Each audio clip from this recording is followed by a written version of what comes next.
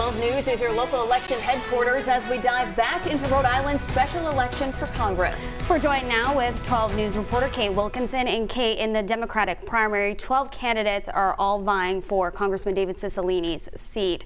And there hasn't been much polling, but I understand Gabe Amo's team just released one. Yeah, that's right. Gabe Amo is one of the Democrats running for Congress. His campaign put out an internal poll today. Two takeaways here. This is the first poll to show Aaron Regenberg as the front runner, and Amo is in that second place slot. So here are the results from Amo's team. They surveyed 451 voters, found Regenberg on top, 28% of the vote. Amo is at 19%, and Sabina Matos is essentially tied for third at 11% with Sandra Cano.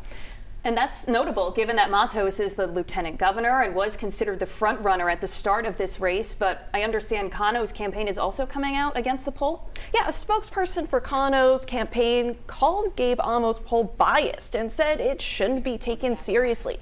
And that's important to consider when we see polls from campaigns. But in this particular race, there hasn't been any independent polling, so it's been especially difficult to gauge who voters are backing in this race. And Kate, we've had two other internal polls, both from campaigns, one from Nick Adiello, who has since dropped out, and the other from Sabina Matos. But how does this new poll differ from the others? Now, the key change here is that these polls were conducted before the signature scandal that hit Matos's campaign, and you can see that impact for yourself. Back in June, Matos's polling showed her with 22% of the vote.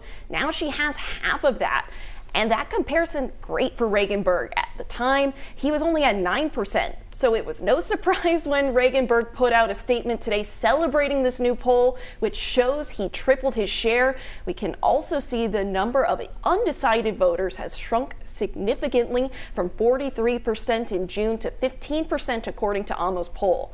And that makes sense since we have less than 2 weeks until the primary here, September 5th, and early voting is happening right now. And as a reminder to everyone out there, 12 Democratic candidates here running for Congress. We have an in-depth voter guide with what you need to know about each of those candidates right now on WPRI.com.